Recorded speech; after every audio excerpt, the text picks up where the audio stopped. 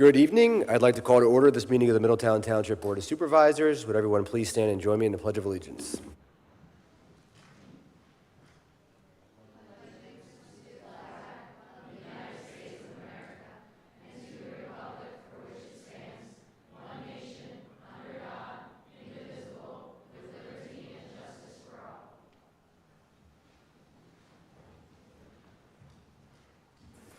Well, tonight we are thrilled and honored to have the national anthem performed by students from Sandburg Middle School.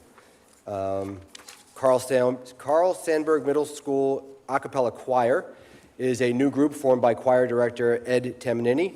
The group sings a cappella arrangements of pop songs, standard choral works, and more. Members of this group recently sang the national anthem at the Philadelphia Wings lacrosse game, as well as performed at the first annual Maple Point A Cappella Festival. And they are here now with their rendition of our national anthem.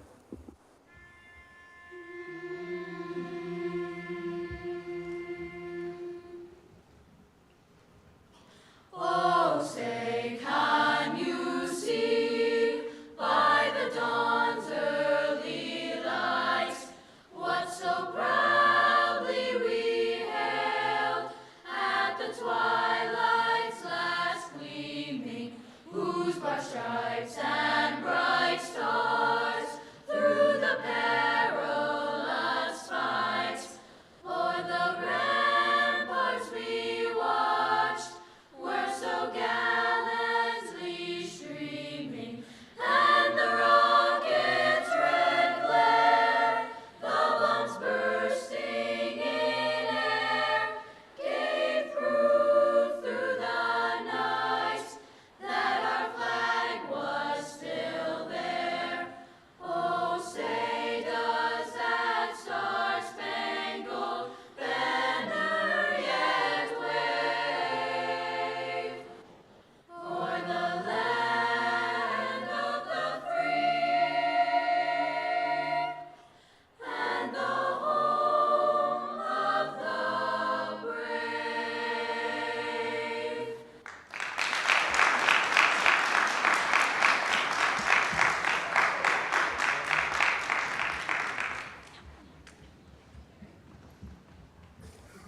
Thank you so much. Can we have one more round of applause for the Carl Sandburg Middle School a cappella choir?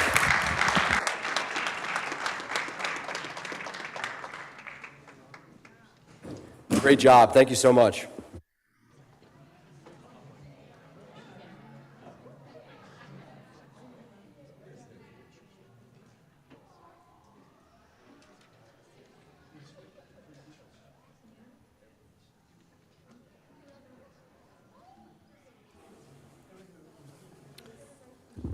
Okay, moving on. Ms. Corporal, would you please call roll? Mr. Kizak? Here. Ms. Hanna? Here. Ms. Kane? Here. Ms. Payne? Here. We also have in attendance tonight Township Manager Ms. Tully Cools, Assistant Township Manager Mr. Valla, Township Solicitor Mr. Esposito, Township Engineer Mr. Kessler, Chief of Police Joseph Bardarelli, Director of Building and Zoning Jim Ennis, Director of Parks and Rec Paul Capura, Director of Finance Mega Bandera, and Director of Public Works Eric Gardemeyer. Thank you, Ms. Corporal. A few upcoming events. Our next Board of Supervisors meeting will be Tuesday, June 11th, 2024 at 7 p.m. And our annual Bucks County Police Memorial Day this year will be Monday, May 20th, 2024 at 12 p.m. That is a Middletown Township memorial ceremony honoring Detective Christopher Jones, and that will be held at the Municipal Center. Again, that's May 20th, 2024 at 12 p.m. A few special items. First, we have Chief Bardarella with some police department accommodations.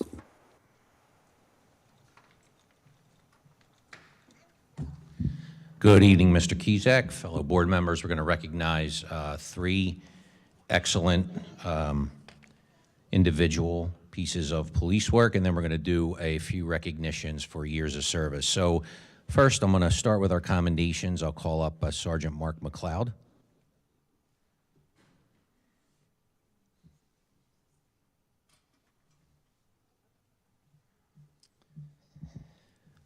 Mark, in recognition of your outstanding law enforcement service, you are hereby commended for the following actions. On January 10th, 2024, You and your officers responded to a critical situation involving a suicidal individual threatening to jump from the Route 1 overpass in Langhorne Manor Borough. Upon arrival, you quickly assessed the scene, deployed your officers to secure the area, and calmly approached the distressed individual. Through skillful de-escalation tactics and genuine empathy, you were able to gain the man's trust and convince him to move away from the edge. At that instant, he took physical hold of the individual, and you and your fellow officers quickly arrived to assist you in securing him, ensuring his safety, and preventing a tragic outcome. Your swift response, decisive leadership, and unwavering compassion directly saved a life and ensured the individual received necessary mental health care. This exemplary conduct reflects the highest standards of law enforcement and brings great credit to the entire Middletown Township Police Department. Notation of this commendation will be placed in your personnel file, will become part of your permanent record. Outstanding work, Mark. Good job. Yeah, good job.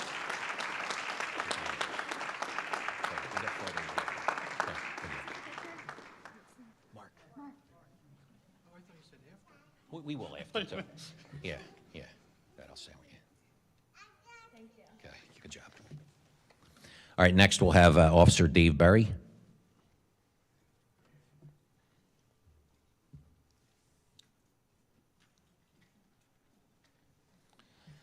Dave, in recognition of your outstanding law enforcement service, you are hereby commended for the following actions. On March 28th, 2024, you were dispatched to the Quincy Hollow section of the township for a call of a suicidal subject threatening self-harm.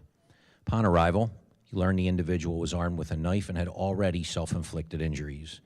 Entering the residence with a fellow officer, you encountered the subject sitting at the top of the stairs, visibly distressed and holding a large knife. Despite the immediate danger, he remained calm and engaged in a dialogue, actively listening and demonstrating genuine empathy. Through several minutes of talking, you patiently de-escalated the situation, ultimately convincing the subject to relinquish the weapon, and you then facilitated his transport to a hospital for immediate medical treatment. Your composure, exceptional communication skills, and commitment to de-escalation tactics prevented further tragedy and ensured the individual received critical mental health support. This act of courage and compassion exemplifies the highest standards of police service and brings great credit to the entire Middletown Township Police Department. Notation of this commendation will be placed in your personnel file, will become part of your permanent record. Outstanding work, Officer Berry. Gotta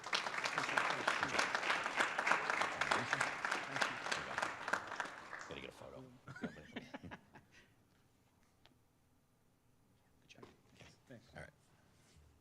All right, last for commendations, I'll call up Sergeant Steve Andrews.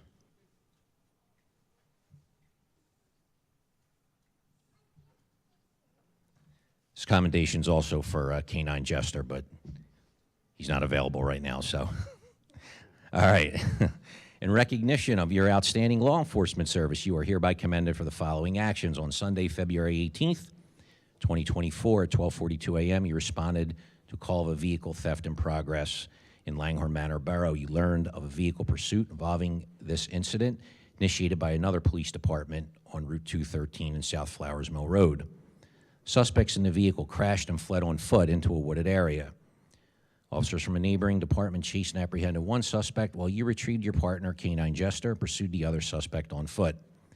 After setting up a perimeter, you had Jester track the suspect.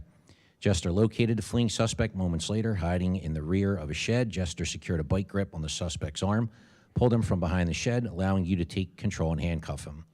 Suspect did not sustain any puncture wounds from the K-9 Jester due to his thick clothing and was taken into custody without further incident or injury.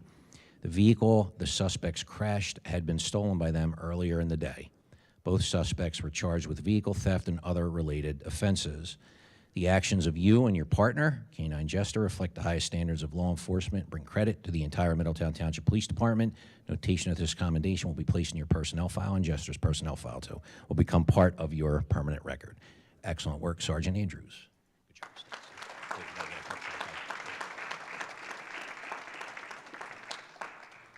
Thank you. Good job. Okay. All right, and last, we're going to recognize some milestones and years of service. So first, for 30 years of honorable service to the Middletown Township Police Department, July 18th, 94 to July 18th, 2024, we're a couple months ahead. 30 years of service, Lieutenant Steve Foreman. So Steve, come on up. We'll do this all at once. Okay. Hold on. Next, 25 years of honorable service, September 20th, 1999 to September 20th, 2024, Sergeant Matthew Croyce. Matt, come on up.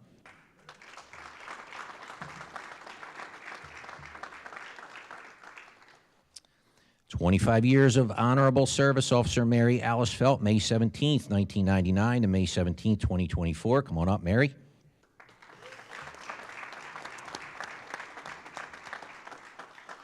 I know Officer Eckenroe couldn't be with us tonight, but Kevin, 20 years of honorable service, August 9th, 04 to August 9th, 24. Kevin can't be here tonight, so I will ensure to give this to him at a future shift briefing. And last, we've been waiting a while to do this, but Officer Derek Leonhauser, October 31st, 03 to October 31st, 2023, 20 years of honorable service.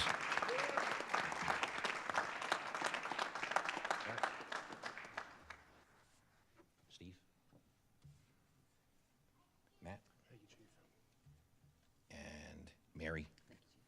So I didn't know if the board, we're finished with commendations. If you just wanted to take like a group photo with everyone, you can. So Yeah, absolutely. And thank you for this time, Mr. Kizak. Thanks. Thank you, Chief.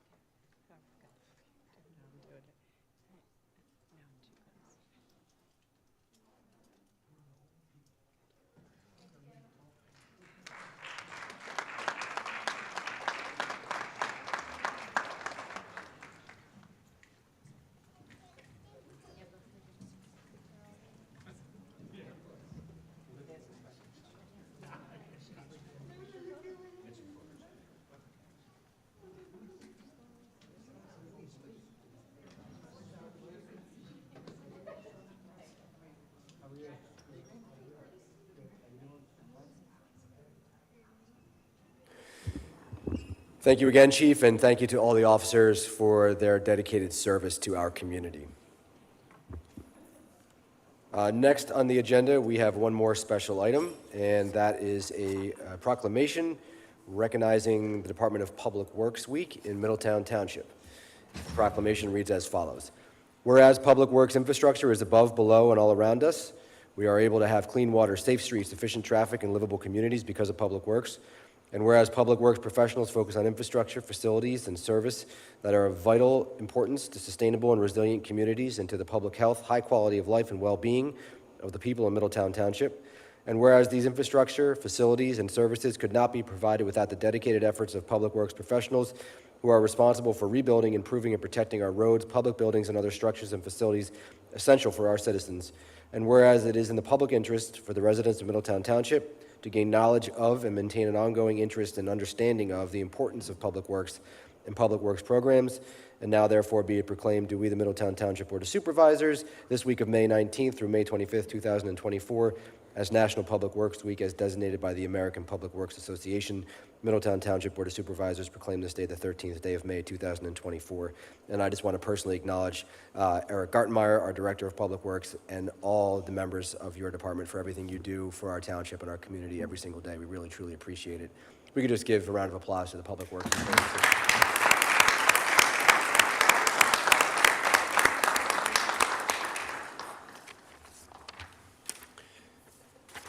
And that brings us to public comment. This is public comment on non-agenda items. Is there any public comment on non-agenda items?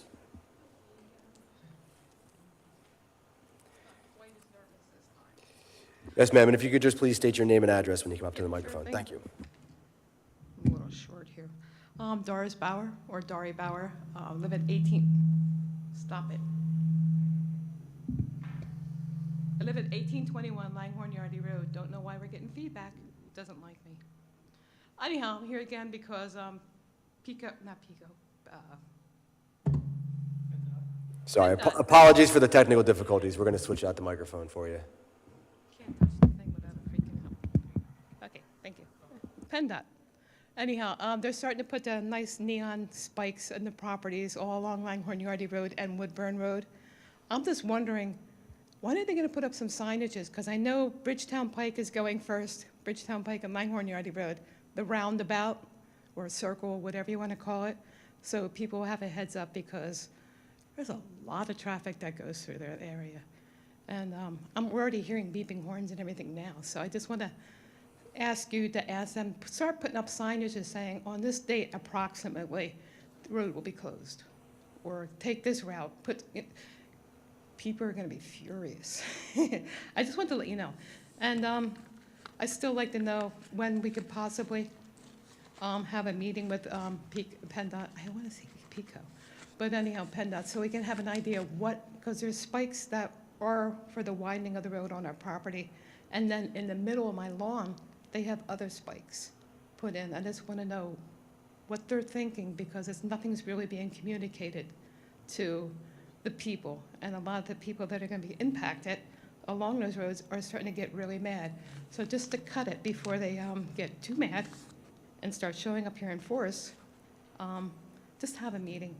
Just explain to us what are they going to be doing, how long approximately they're going to be doing it, because I'm wondering how long am I going to be without electricity or water or sewer, because they're going to be impacting all of that along my property and the township's property, the fire station, et cetera.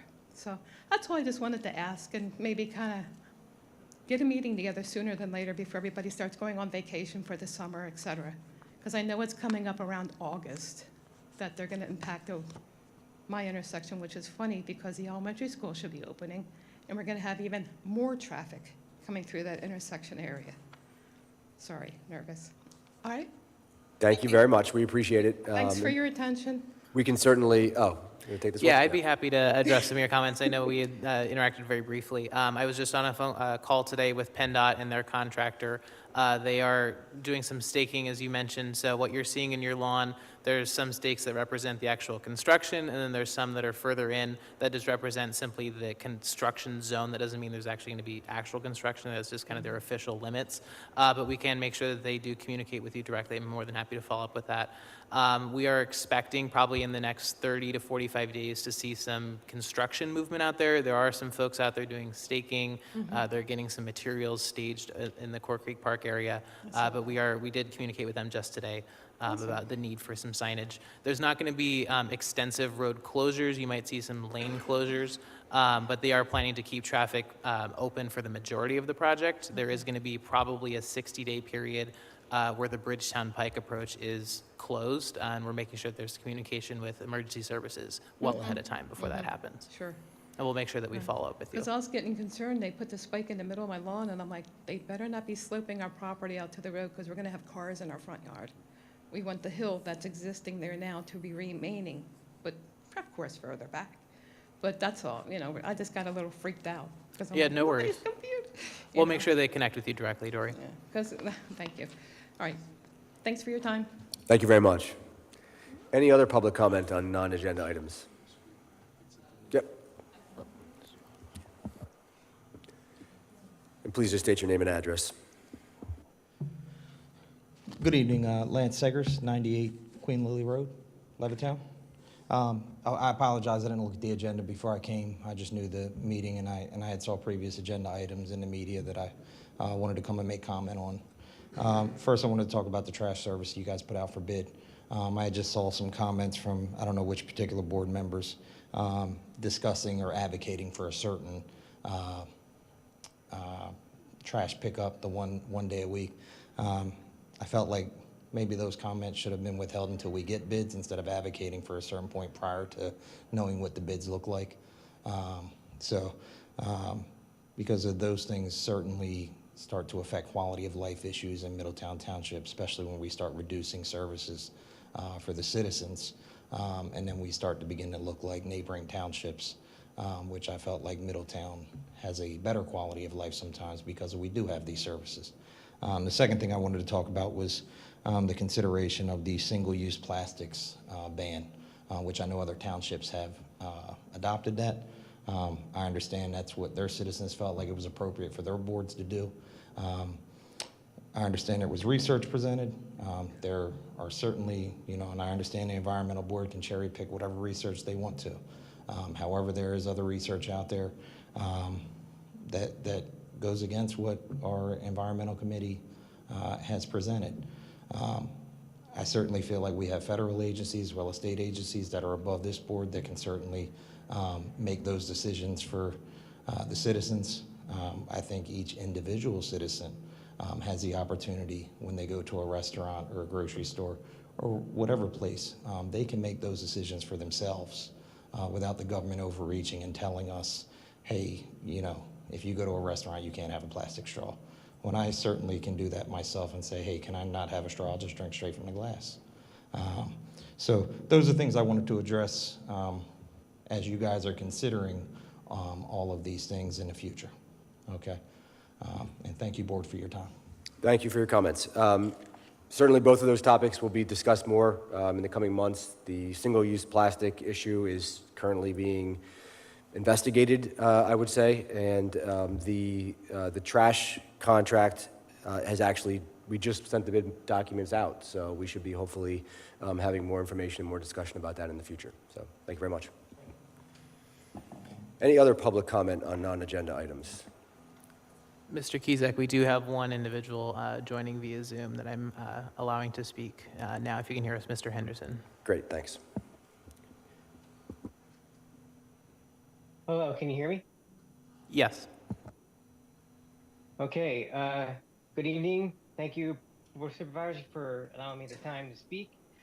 For those who don't know, my name is James Henderson, and I'm a member of the Human Relations Commission of Middletown Township. I'd like to announce that May is also recognized as Ehlers-Danlos Syndrome, or EDS. So it's the EDS Awareness Month of May. My friend Jonathan LaSalle, someone I consider my brother, passed away May 6, 2023. He was only 38 years old. Jonathan was born with Ehlers-Danlos syndrome. According to MayoClinic.org, EDS is a group of inherited disorders that affect connective tissues, primarily the skin, joints, and blood vessel walls. There are different types of EDS, and they are associated with a variety of genetic causes, some of which are passed on from parent to child. People with EDS usually have overly flexible joints and stretchy, fragile skin, which can be a problem if a wound occurs and requires stitches. Oftentimes, the skin isn't strong enough to hold them. In addition, only overly flexible joints can result in joint dislocations and early onset arthritis. Did that put an impact on Jonathan's life? Did it limit him in his day-to-day living? Were some days worse than others for him due to EDS? Yes to all of that, but he lived and thrived. Sure, he had his struggles and he would talk to me about them, but most of the time, I would start by asking him how he was doing and what was going on. He wouldn't just start venting, and he hardly ever complained or ranted. He was actually more concerned about how I was doing. Jonathan genuinely enjoyed listening to what I shared, and what kept our bond strong is our selflessness. Rather than talk about our own problems, we were interested in hearing what the other had to say. And we always kept our conversations interesting because we would go back and forth on who would talk first. Okay, to be fair, almost every conversation we had when we got together, I had a lot to say. It didn't take long for Jonathan to say, so I know you have something to share. You always have something going on. And I knew as much as he would joke around about that, he cared because he would ask about previous things I would talk about. We could go days and at times months without talking, and Jonathan would remember everything that I shared with him. So he was an amazing friend. Also, he cared deeply for his family and a hardworking student, which I know to be true since we both went to the same grade school and high school together. He was quick to help others, which is no wonder why his passion was in psychology. He loved art such as drawing and writing poetry. I will forever miss him, but always remember the good times. I hope everyone has Jonathan in their life. Having a friend like that is key to help staying motivated in today's society. There's so much to be learned about EDS, especially in the medical field, since there are no disease-specific treatments. So EDS is managed by addressing each person's symptoms, which can vary. I like a bipartisan effort for the Board of Supervisors to come together in the outreach to support education of EDS and effort to raise awareness. I also call on my fellow HRC members to join me in my efforts to educate and raise awareness. We should all be in this together. Please keep Jonathan LaSalle in your heart and those living with EDS on your mind. Thank you so much. Thank you, Mr. Henderson, for sharing your thoughts and comments and for providing information to all of us about this condition. And we certainly will keep all of it in our minds as we move through this month. And also thank you, of course, as always, for your work on the Township Human Relations Commission. Any other public comment on non-agenda items? Seeing none, we will move on to the consent agenda items. And they are as follows. Consideration of authorizing payment of May 13th, 2024 bills list in the amount of $2,473,527.07. Consideration of approving the April 8th, 2024 minutes of the meeting of the Middletown Township Board of Supervisors. Consideration of the Department of Public Works PW Yard Improvements Phase 1A change order number 3 for a negative $3.33 for replacing previous paving items with revised paving materials for the yard area. Department of Community and Economic Development grant resolutions. First, consideration of a resolution number 24-08R, authorizing submission of an application to the PA Department of Community and Economic Development for flood mitigation grant program. And second, consideration of a resolution number 24-09R, authorizing submission of an application to PA Department of Community and Economic Development watershed restoration and protection grant program. Is there a motion on the consent agenda items? So moved. There's been a motion. Is there a second? Second. Thank you. Been a motion and a second. Any board questions? I just had a quick question. If you could give a quick overview of the Queen Anne project. I think that's one that hasn't come up yet. Sure. It is a project that we have sought out funding for in the past. It is a stream bank restoration project, really just a stormwater quality improvement project. We're looking at doing kind of a phased approach to this project.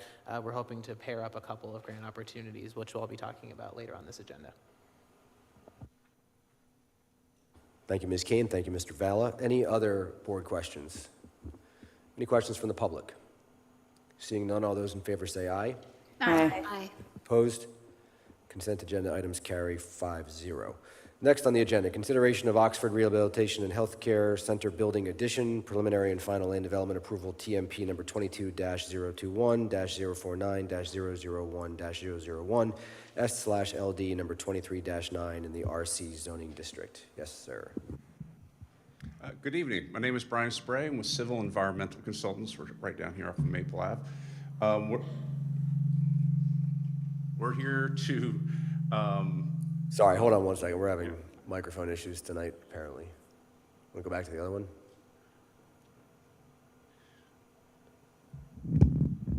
If I take it out, does it stop? Yeah, it seems all right. We'll give it a shot. All right. So do we have a board of the project? So the project's at the Oxford Rehab Center, a perfect one to start with. If you could zoom out just a little bit. So the project is right on the edge of the township, common boundary line with Langham Borough. A portion of the property is in the borough, not a portion we're working on. At the top of the page is Winchester, which is the primary access, but there's also access off of Marshall Avenue. Off the western Marshall Avenue. The eastern Marshall Avenue is a connection, but it is gated off for an emergency access. The purpose of the project is to put on a 7,100 square foot addition to the existing building. Now, this is a one-story addition on a three-story building. If we can go forward to the C200 plan. Just keep going. A little bit more. There you go. The unique thing about this project is that where this is located is over top an existing stormwater management basin. Not wanting to impact or wanting to minimize the impact on this basin, this proposed addition will be on stilts. So it'll be built up. That's what the little squares are there. So there'll be columns that are holding it up. All the stormwater for the project is being controlled in the new courtyard. You'll see here on the plans, this dotted area is an underground stormwater management facility, which then discharges into the existing basin. At the request of the fire marshal, we are adding in access for emergency services. We came out before the Planning Commission, and a number of residents came out, expressed some concerns about some stormwater. Not in the area that we're working, but nearby, up by the eastern Winchester. And so we paused the project. We met out at the site with the township engineer, walked through a variety of mitigation methods, and came up to an agreement which we have put a plan into the plan set to kind of codify, if you will, the remediations that we're willing to do. We are in receipt of a brand new response letter from our latest submission. There's only a handful of comments. We have, those are all will comply. Some are just paperwork. And so I'll open up to any questions you might have.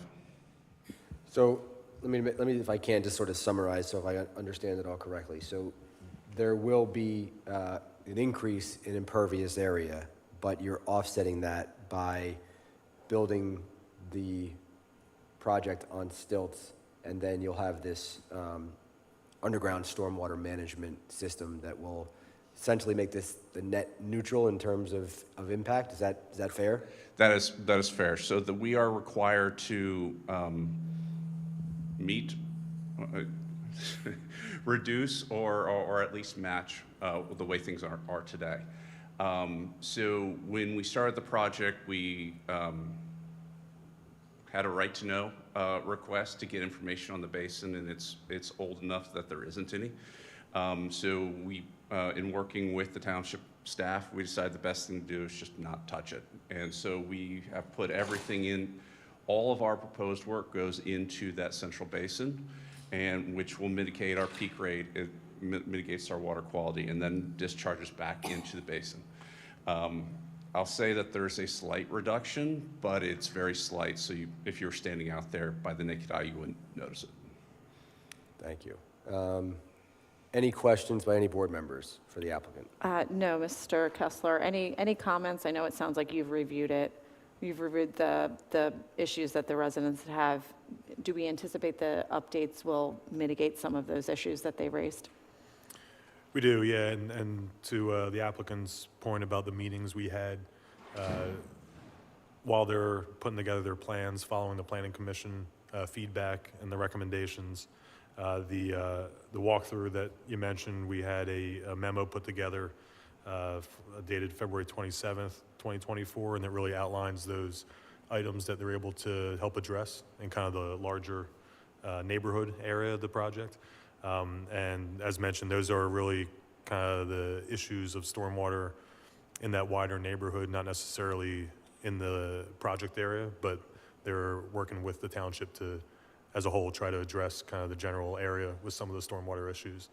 So from what they've agreed to address, the recommendations we had from that memo, as well as the calculations and reports they provided with the plans, we have no objection to what they have proposed at this time. Variances or anything that were required with this, only the preliminary plan one, right? Correct. So they're yeah. able to build and there's no variances needed. Correct. Yeah, no variance requested or required. The only waiver they have is to have a preliminary final rather than separate submissions for that. Thank you, Mr. Kessler. Any other board questions or comments? If not, we can accept a motion.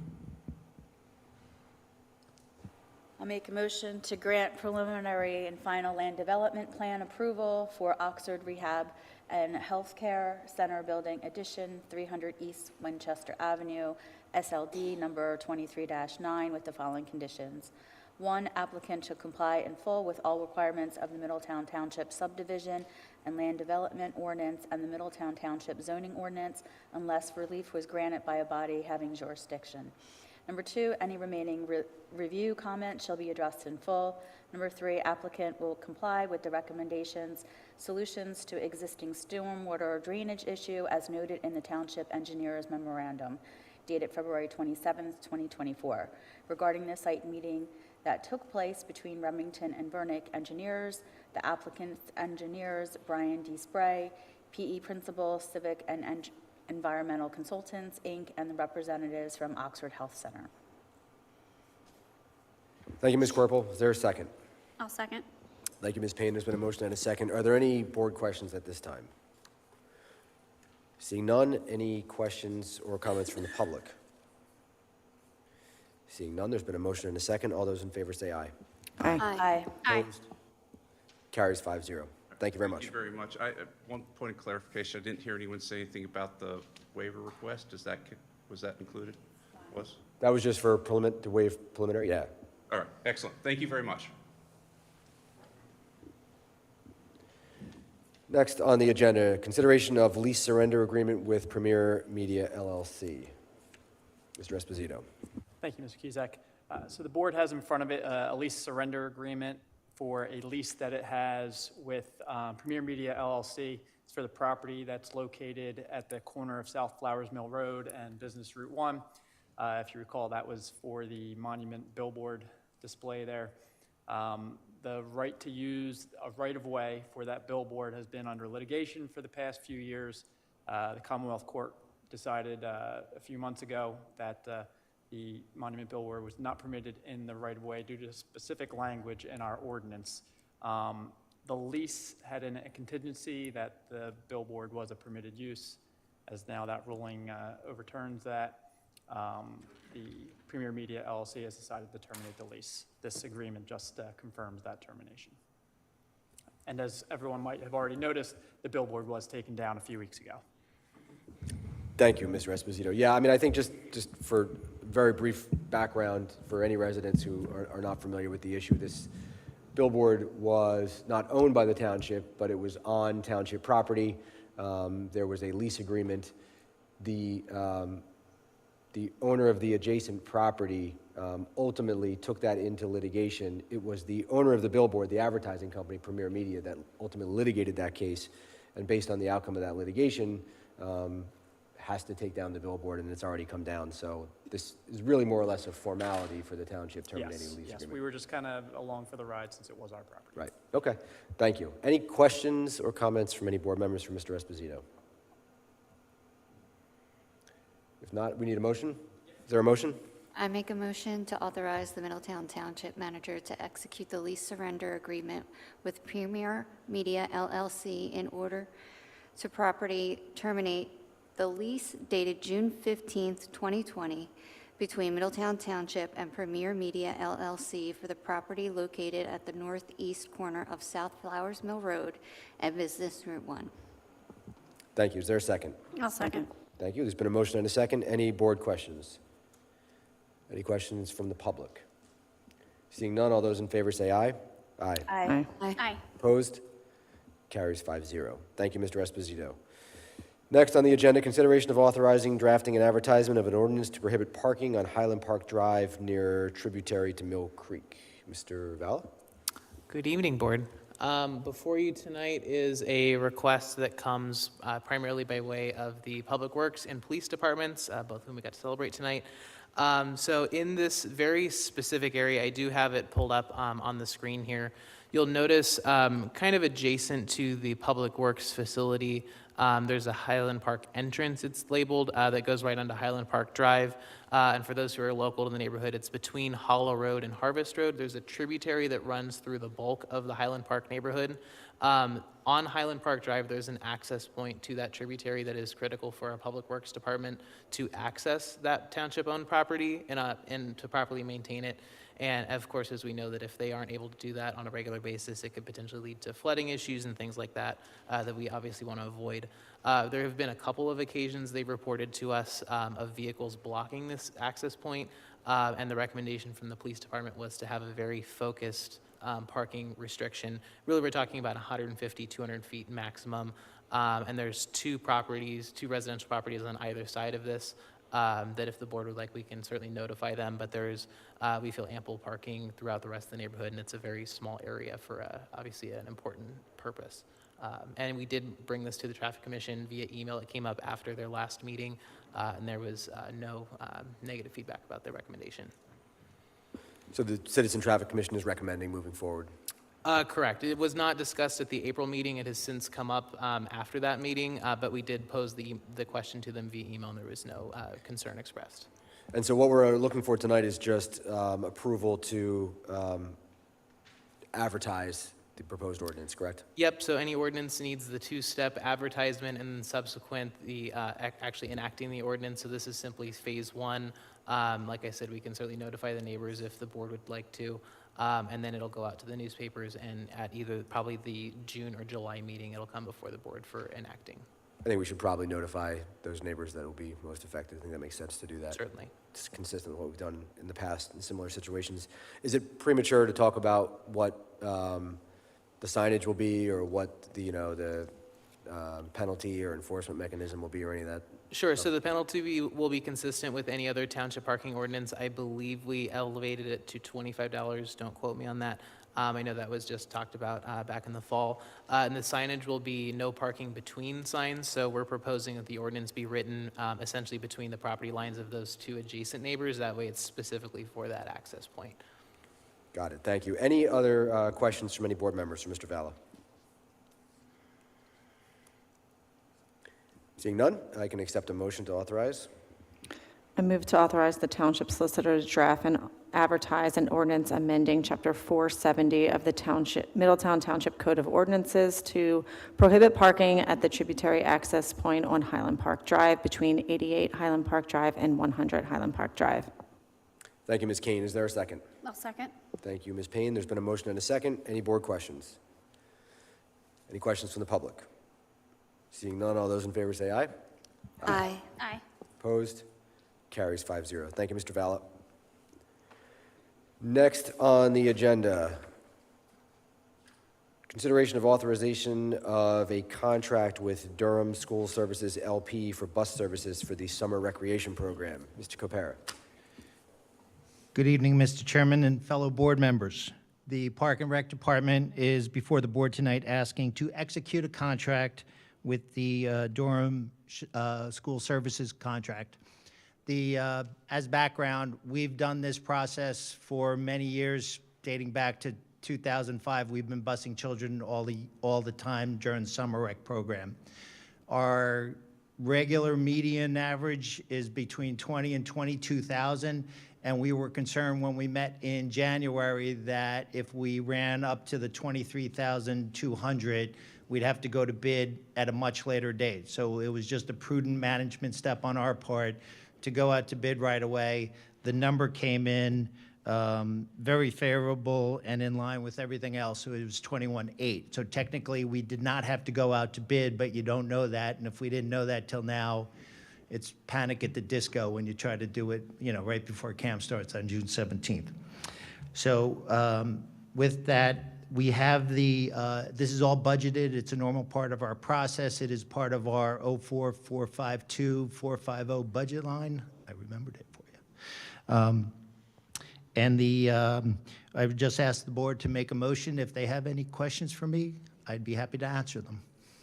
Thank you, Mr. Copera. Any questions from the board? If not, I can accept a motion. I move to execute a contract for bus services for the 2024 Summer Recreation Program with Durham School Services LP totaling $21,830.32. Thank you, Ms. Corporal. Is there a second? A second. Thank you, Ms. Kane. There's been a motion and a second. Any board questions? Any questions from the public? Seeing none, all those in favor say aye. Aye. Opposed? Carries 5-0. Thank you, Mr. Copera. Thank you very much. Next on the agenda, we have our 2023-2024 grant update. Mr. Valla? Good evening once again. So about a year ago, if the board might recall, we did a brief update for the board and the community about several grant applications that we have sought out in the past, projects that are underway, and some new opportunities in the pipeline. And that was really well received. It's kind of about the halfway point between now and when we're really rolling up our sleeves on our annual budget. And grants certainly are a big focal point for any capital projects we hope to do in the community. And so we felt that it was timely to do another one of those updates. So the presentation today is broken up into 4 chunks. We're going to talk about awarded grants, opportunities that we've submitted for in the past that we received funding for. Next, we'll talk about projects that are currently grant funded and actually underway or soon to be underway. Third, we'll talk about applications that have been submitted with decisions pending, no decisions yet made. And then finally, we'll talk about a couple of opportunities that are actually active right now, 2 of which we already mentioned earlier in this evening. So first, we'll talk briefly about some grant opportunities that we were actually awarded within the last 12 months or so. First, which I believe will be talked about a little bit later this evening, is some funding for some flood controls in Langhorne Gables. And by the way, there will be a pop quiz about all of the acronyms for the grants and state agencies that we'll be talking about tonight. Next is a PennDOT-funded Greenlight Go program. We've talked about this a few times before, about some signal improvements on Maple Avenue and North Flowers Mill. Next, we'll be talking about PennDOT and Multimodal Transportation Fund to redo some of our school zone signals throughout the township. There will also be some pedestrian improvements at the Maple Point Drive, Langhorne-Yardley Road intersection. We'll be installing a pedestrian crossing there at that existing crosswalk. And then finally on this slide is another DCED-funded project for some pedestrian signal equipment at many intersections on both the Woodburn Road and New Falls Road corridors. So there's about 9 intersections in total there, I believe. We also received several grants from the Bucks County Redevelopment Authority, a couple for township applications. They're consistent supporters of our police and public works vehicles. As we discussed at a meeting earlier this year, they also awarded funding for license plate readers. And then we also periodically will submit an application on behalf of one of our local fire companies, and they did award some funding for Parkland Fire Company. We did actually just receive an award, and I'll be talking at more length on the next agenda item, for some curb ramps. We received a small grant from the State Fire Commissioner, as well as a couple of other small grants from PICO for a small solar project, and then finally for 2 electric vehicles, one of which has actually already been purchased. So in total, all of these grants that I just rattled off, 13 awards, which total over $2.3 million. And so we like to say that grants really go a long way in stretching the local dollar, and I think this really shows it. Next is some grant-funded projects that are currently underway. The first one, which Mr. Capera is very actively managing right now, is some improvements to Forsythia Crossing Park, redoing the rink there. I know we've talked about that some in this room a few times. Another couple of projects for the police department underway for both body-worn cameras and in-car technology. Next, we are actively underway with developing a parks master plan, as well as raising a property on Rising Sun that's in the floodplain, as well as implementing some efficiency improvements from a block grant that was given to us directly from the Department of Energy. A couple of other grant opportunities that we've submitted, and again, there's been no decisions made yet by these agencies. First is probably the biggest single grant you're going to see tonight. It's the FEMA SAFER program, and I do want to take a moment on this one. This is a firefighter staffing grant program, and it's 100% funding for 3 years. Middletown Township submitted to hire 5 additional full-time firefighters to support our local fire services. We have sought this funding out before. We put in for this again, and hopefully we do deliver that funding. We hope to hear about that later this year. Several other opportunities, again, the same program that funded the Forsythia Crossing Park. We are seeking some additional funding at Middletown Community Park for LED lighting. There is a school resource officer grant program that we submitted to, as well as a couple of different fire service grants. And finally, there were 2 grants from the Department of Community and Economic Development before the board this evening. that received grant resolutions before you under consent agenda. The first was for the Langhorne Gables Drainage Project Phase 2, which again will be talked about momentarily. And then the final 2 grant opportunities you see up there are actually for the same project, the Queen Anne Creek Greenway Restoration, and hoping to pair those 2 grants together. We do have the ability to play those 2 together to roll them into one project to try to get that nearly fully grant funded if possible. And so both of those are coming up in the next 4 to 6 weeks. And really this is just a total, so the first column is the bar that I showed you a year ago this month. And if you look, we've really taken that up by over $2 million of total local investment, both primarily grant funded, a little bit more township funded, and so nearly $3.5 million of resources and infrastructure that we're investing back into the community.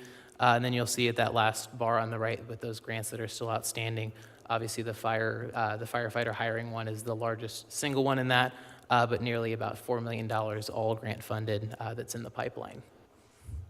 And that wraps up my presentation. I'll happy to entertain any questions. Thank you, Mr. Valla. I mean, it's just astounding. You know, over $2 million, 13 grant awards this year is really just absolutely incredible. And it allows us as a township to provide necessary projects, infrastructure services to the residents while conserving their tax dollars. And so it's just, it cannot be understated how important these grants are. So thank you for all your hard work and everybody else in the township staff that has worked to get these grants, because they really are incredibly valuable and really essential to being able to deliver for the residents. Any board members have comments or questions for Mr. Valla about his grant update? I just kind of wanted to echo what Mr. Kizak had said. It's really impressive, the numbers and the work that's being done for our township with these grants. And it's so helpful, like Mike said, and it allows us to really give, great resources for our community. So thank you for all your hard work. Any other questions or comments? Thank you very much, Mr. Valla. Appreciate it. And that moves us appropriately to our discussion of the Langhorne Gables Stormwater Project Phase 2. Mr. Kessler, are you taking this one? I believe so. All right. Thank you, Mr. Chairman, fellow board members. We did skip an agenda item, did we not? Oh, I'm Would you sorry. like to go back one? All right. Okay. Hold on. It's all curb ramps first. Right. Consideration of authorizing advertisement of Community Development Block Grant CDBG 2024 ADA Curb Ramp Program. And you thought you were done with me. One more. So as I mentioned in my presentation, the township was awarded $175,000 via Bucks County for some federal community development block grant funding. And we're looking to construct 24 ADA curb ramps in, again, the Cobalt Ridge neighborhood. We are looking to do this neighborhood specifically. It is eyed for repaving in the near future. It is always advantageous to do the curb ramp construction ahead as much as we can of road repaving. It helps extend the life of the roads when we do that. And so we are looking to seek authorization to advertise bidding. And we can certainly, once we have that pricing back from potential contractors, we can have an informed discussion about the potential financial impact of that. I'm sorry, so we did not have curb ramps originally planned for this year, correct? Correct. So last year, we essentially did 2 years' worth of curb ramps, and so we were initially planning to take a year off. We always pursue CDBG funding. In recent years, we've been successful in getting this funding. Typically, we close out the project within the same calendar year that we're awarded. There have been a couple of times where it will spill over, at least on the books, into the following year. But regardless, we are looking to, we would recommend moving forward with the construction, and then we can certainly try to be flexible with the county in terms of when we actually close the books out if we want to financially credit this towards the 2025 program. And again, we're thinking Cobalt Ridge as the location. Yeah, we did specifically apply for these locations with the county. Great, thanks. Any questions for Mr. Valla? And do we have a feel of how much the excess is on a grant of $175,000? I'm sorry, could you clarify your question? Like the township responsibility? Yeah, so it is a 100% grant funding. They do only cover the construction portion of this, so any sort of grant management or project management, and usually it's engineering costs would come out of this. And we are planning to do a little bit more in-house to manage kind of the bidding portion to try to keep those additional costs down, recognizing that it was not originally planned for this year. Any other questions? Can you give us an idea, like I know we did Cobalt Ridge last year as well, like how much more of Cobalt Ridge do we have left after we do this? Yeah, I would defer to Isaac for that one, and there is a graphic in your packet as well. Do you want to show that on the screen at all? The map? Okay. Yeah, you mentioned that Cobalt Ridge had intersections done with last year's program. What the kind of overall plan in that Levittown area of the township is to really update and have these intersections become, current ADA compliant. So I would say the next gap in that area would be between the ramps done last year and the school area. And then there are areas that remain in Cobalt Ridge, as well as to the west of that area in Levittown, that kind of would round off the lower portion of Levittown as far as addressing the ramps go.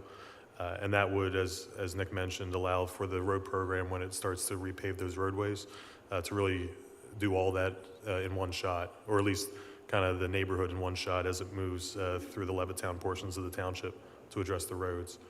So that's been the focus. There was I would say 5 to 7 year plan of ADA ramps to move through that was put together a few years ago. And we're looking at these grant opportunities to help kind of take pieces of that as we can to move that forward each year. Did that answer your question, or did you have any other? Yeah. Okay. You're welcome. I know we've gotten questions from residents in the past for Highland Gate. Do we have a sense of when potentially we would get to that neighborhood to install the curb? Because I know they have sidewalks, but no curb access at the corners. Correct, yeah, and that's part of that overall plan that we're looking at was it doesn't have to go in a specific order each year, but it does kind of separate it by years of what the township can manage with its budget for putting towards the curb ramps, and then these grant fundings help kind of accelerate that. So that is an area each year, as the budget's put together, we look at which is the next neighborhood that can really be, focused on to improve the ramp. So hopefully that would be 1, not 2 in the distant future. Thank you, Mr. Kessler and Mr. Valla. Any other questions? If not, I can accept a motion to advertise.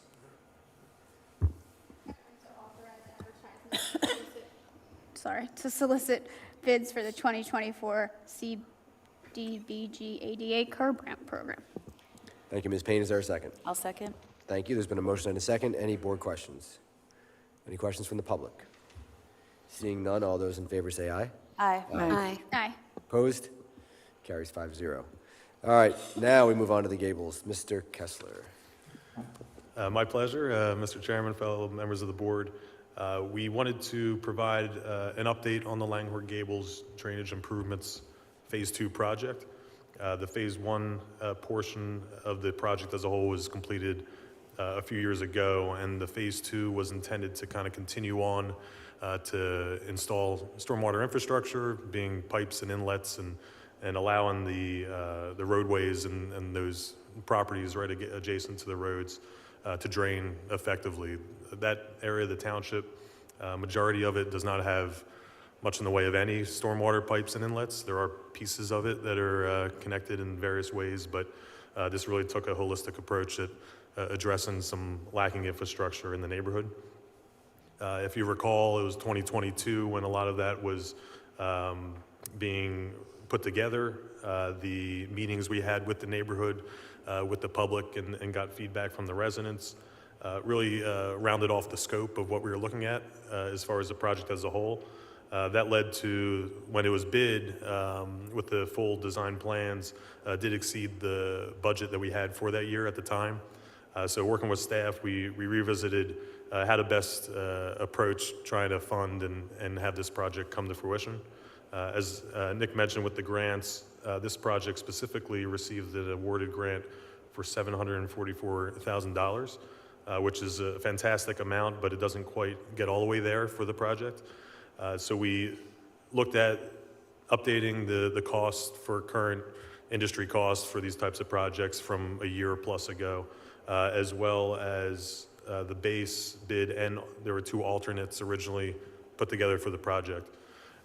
What we have at this time is a pretty clear picture of how to go forward with the base bid and alternate 1. And just to kind of clarify which ones those were, base bid was continuing on Longview Avenue.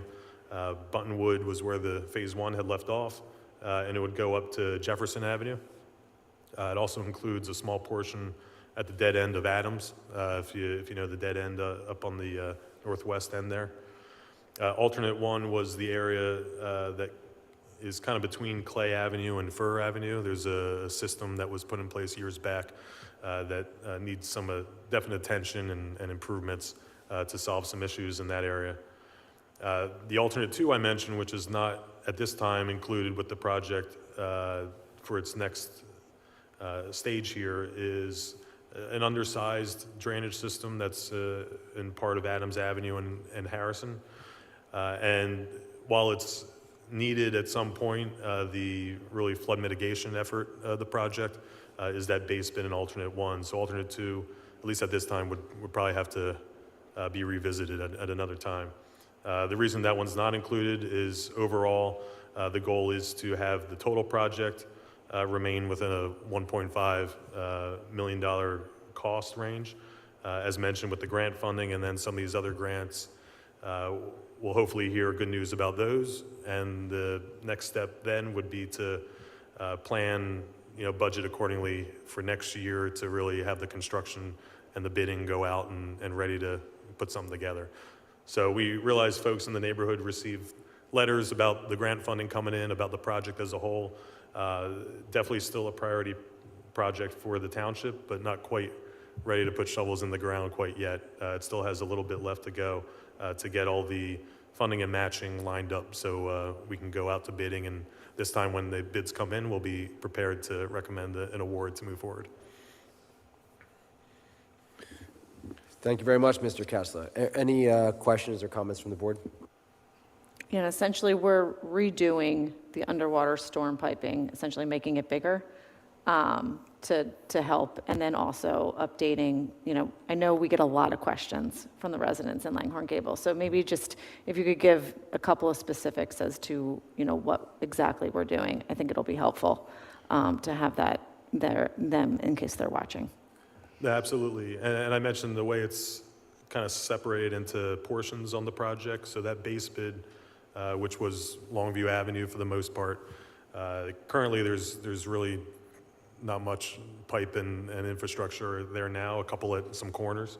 But what this would look to do is to provide inlets to allow water to get off the roadway and get captured in a storm system, rather than what it does now is it kind of finds its way through properties and eventually to the creek that would outlet through the neighborhood. So this would provide a chance to get off the roads, off the properties, into the system, which would then direct it to where we'd like it to go to get out of harm's way. The portion that, that is along Jefferson, there's a couple of culverts, if you're familiar with down there's a couple of small bridge culverts.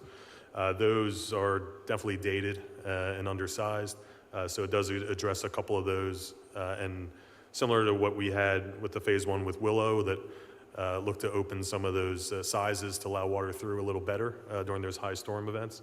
This would look to do similar things on those connections a little further upstream. The alternate 1, the Clay Avenue, I mentioned it has that system that was put in years back. That, for lack of a better description, doesn't work very well right now. The system can upsize all the way through to downstream because it eventually connects with where it goes underneath the highway, and that's kind of a pinch point for PennDOT and some other projects hopefully one day. But what we can do is get the water similar to the base bid to get moving out of the roadway and off the properties in a more efficient way.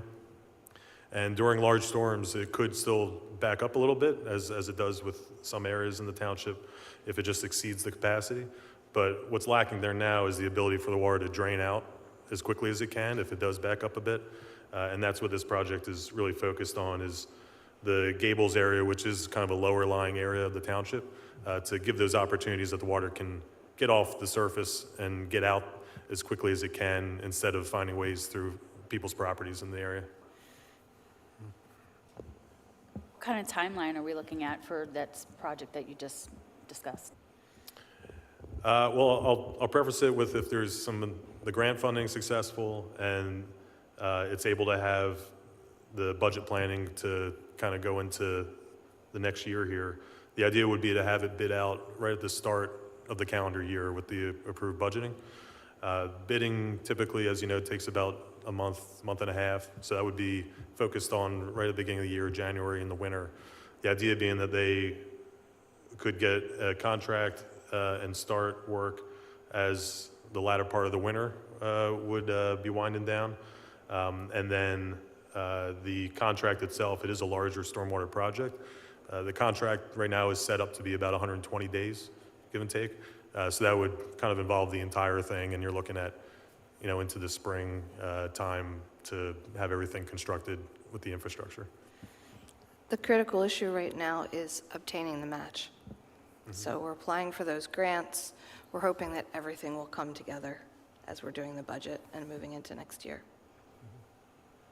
Do any of the grants that we received so far have like an expiration date? Like if we don't use it, we lose it kind of thing? We have 2 years for this funding, so we're good through 2025, which is, we're really grateful for that. Yeah, and the one that was received, the H2O, it is typical to match those with some other grants. We work with projects like that a lot, where it makes sense to try to piece it together to just have that full project ready to go. And the timeline of the grants being 2 years allows you to get all those things in a row before construction gets underway. Any other questions, comments? Going once, going twice? Thank you, Mr. Kessler, appreciate it.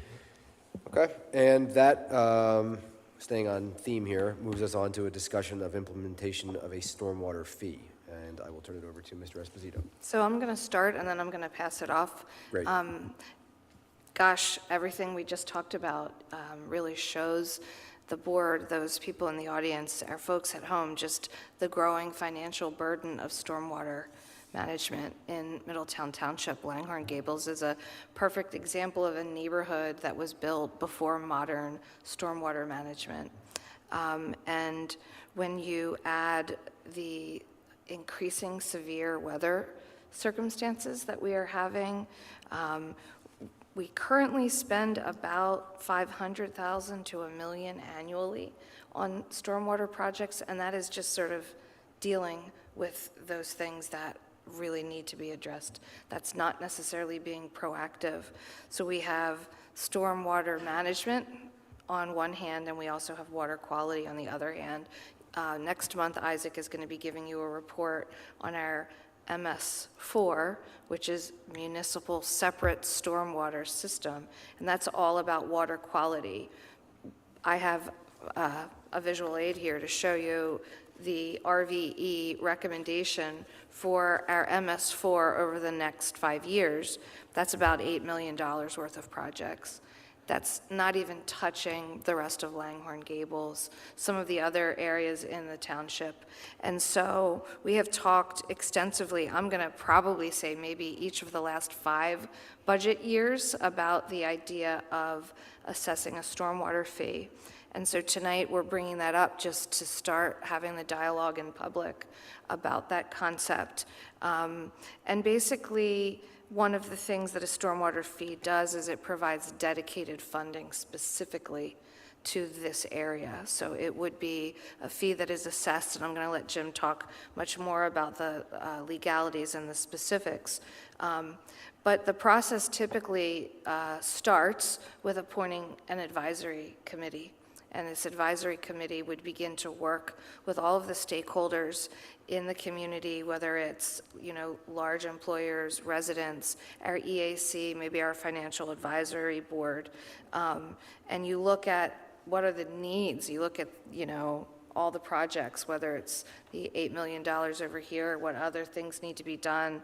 And you look at financing structure, you get the public involved, and you have a recommendation made to the Board of Supervisors about what a fee might look like. So again, no action is required tonight. We really just wanted to start the public dialogue. If you have anything that you want, maybe at the end, if you are so inclined at giving us direction to start working on advisory committee, might be the next step. But I'm going to turn it over to Jim now. Okay. So I prepared a memo for the board that I think goes over the whole process. It's not, there's a lot more details that need to be worked out, probably through a committee, as the township manager said. But just for basics, a stormwater fee is an assessment that a municipality or an authority charges to all property owners in the municipality in order to finance the cost of stormwater management, mainly to repair and maintain the aging infrastructure. In order to implement a stormwater fee, most municipalities need to create a stormwater authority. However, second-class townships is the only exception that they can create the stormwater fee itself without establishing a stormwater authority. There could still be benefits of creating authority, as the authority's sole purpose is to manage the stormwater facilities, but it seems like in Middletown that would probably be some excess funds used for that, since most of the township staff would be the ones still working on it, even if authority was created. So it would probably be our recommendation just to create the fee as opposed to creating an authority. In order to establish the stormwater fee, we would need to establish an ordinance that would be very detailed on what rate structure the township proposes. It would also provide credits that certain property owners could get back if those property owners had already established certain stormwater management facilities on their properties. So, if somebody already created some stormwater basins, they would apply to the township to try and get a credit back from how much they paid in the stormwater fee. Something I did want to point out that could affect the amount of fees that we can collect is a number of municipalities throughout the state have already established a stormwater fee, and there's current litigation going on about whether the stormwater fee is actually a tax. So Westchester Borough is the main case that's going throughout the state right now. The Commonwealth Court has ruled that a stormwater fee is a tax. It's mainly schools that are opposed to this, because schools are tax exempt. So if it's considered a tax, schools, churches, other nonprofit entities wouldn't have to pay the fee. That ruling came down last year. It is appealed up to the Pennsylvania Supreme Court. They do expect that decision this year. So it is something that we're going to need to monitor, to decide, who would be the fee implemented against. It doesn't affect us actually establishing the fee, it's just who it would be collected from. But schools and churches and other organizations like that do have larger properties that they would be larger entities paying the fee.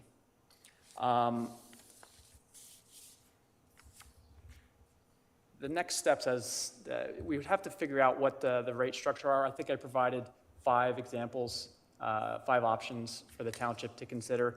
The one that most townships are implementing is the ERU, residential unit one, which bases it off of impervious surface. So if you have 1,000 square feet of impervious surface, we'll establish a fee off of that. That would be 1 ERU, and then it would be charged from that. Obviously, the commercial properties with a lot of impervious surface would be paying a lot more. Most residential properties, looking throughout the state, the estimate average is somewhere around $100 to $120 a year. But that's all stuff that we would have to establish working with the other committees, the township engineer, and so forth.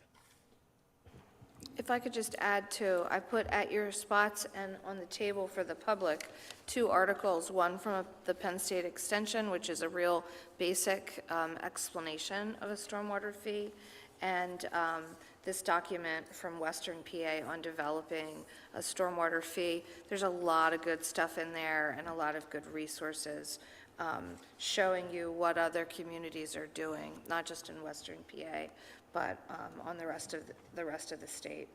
So it really varies. Some places have monthly fees, quarterly fees, sometimes annually. You know, they really, really range.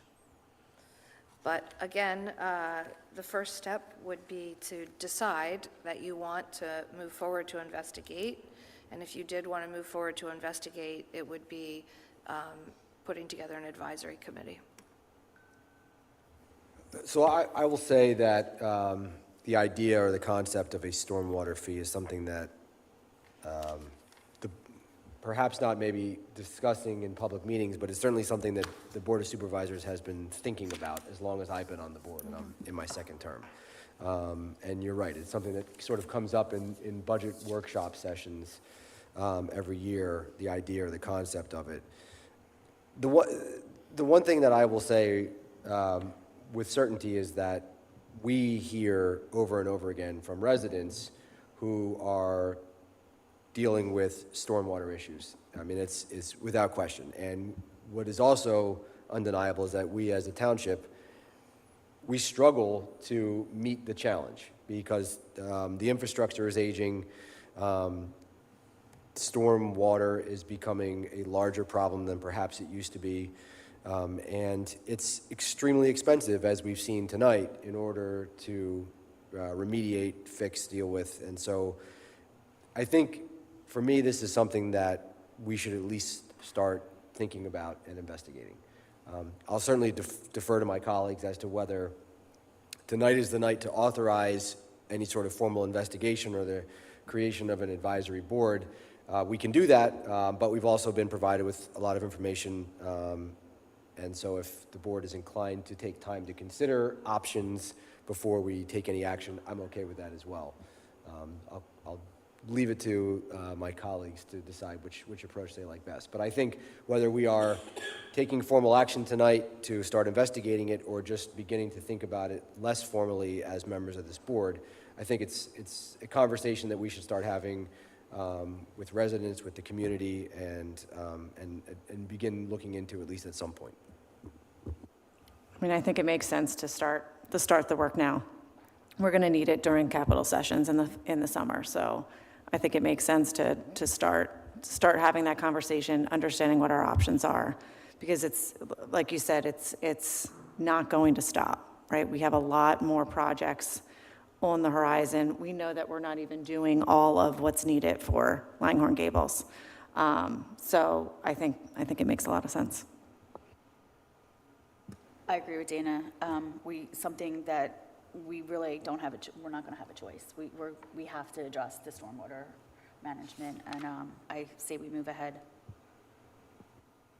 I do. I agree. I think we have a lot of citizens who are very concerned about it, and they're struggling to deal with it. So I think it makes sense. And just to be clear, even if we're signing up to investigate this, that does not mean that there will be a fee this year or in even the next month or anything like that. I just want to clarify. Yeah, from a timeline standpoint, it sounds like there's a majority of you or a unanimous vote to move forward. I would suggest maybe that staff work between now and your next board meeting to help identify, go out to the community to see if anyone's interested in participating. Maybe a month from now, you could be appointing this advisory board, and that's June. And it would be nice to have them working in June, July, and August so that they would be making a recommendation that you would be considering as part of the budget process. That's the ideal timeline. So just to repeat that so it's clear, what we would be doing tonight is authorizing the process of creating an advisory board. So we would be going out in the community and identifying potential members. And then at our next meeting in June, we would actually be appointing individuals to that body. And then from there, they would begin their process of hopefully coming back to the board with a recommendation. Correct. A couple of months later. So does anybody want to make a motion to take that action? Just All right, I'll make a motion to move forward. I'll make a motion to do what I just said. Yep, we'll get it in the minutes. Is there a second? Second. Thank you. It's been a motion and a second. Any board questions? Any questions from the public? Seeing none, all those in favor say aye. Aye. Opposed? Carries 5-0. Thank you, Mr. Esposito and Ms. Teoli-Cools. And that moves us on to other business. I will start with Mr. Valla. Nothing, thank you. Thanks. Mr. Kessler. Nothing to add. I do have some plans for recording for signature this evening. Thank you. Thank you. Mr. Esposito. Nothing, thank you. Ms. Teoli-Cools.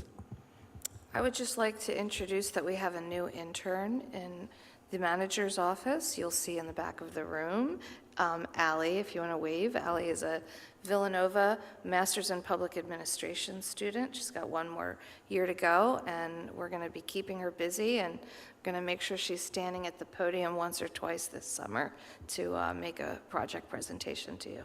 You're on camera now, Allie, so welcome. Glad to have you. Thank you, Ms. Teoli-Cools. Ms. Corporal. Nothing, thank you. Ms. Payne. I just wanted to congratulate all the officers that received accommodations tonight. I also wanted to point out, as the chief was telling some of the stories, that it is Mental Health Awareness Month. And from just the two stories that we heard tonight, it's obviously very evident that we should be grateful to the officers and folks here in Middletown for all the hard work that they do and the lives that they save that maybe we don't get to hear about at every meeting. So I just wanted to say thank you and make some awareness for that. Yeah, well said. Ms. Kane. Nothing further. Ms. Hannah. Great job to the Carl Sandburg Middle School a cappella group. They did a great job. Thank you. And I have nothing further, so I will accept the motion to adjourn. So moved. Second? Second. We are adjourned. Thank you.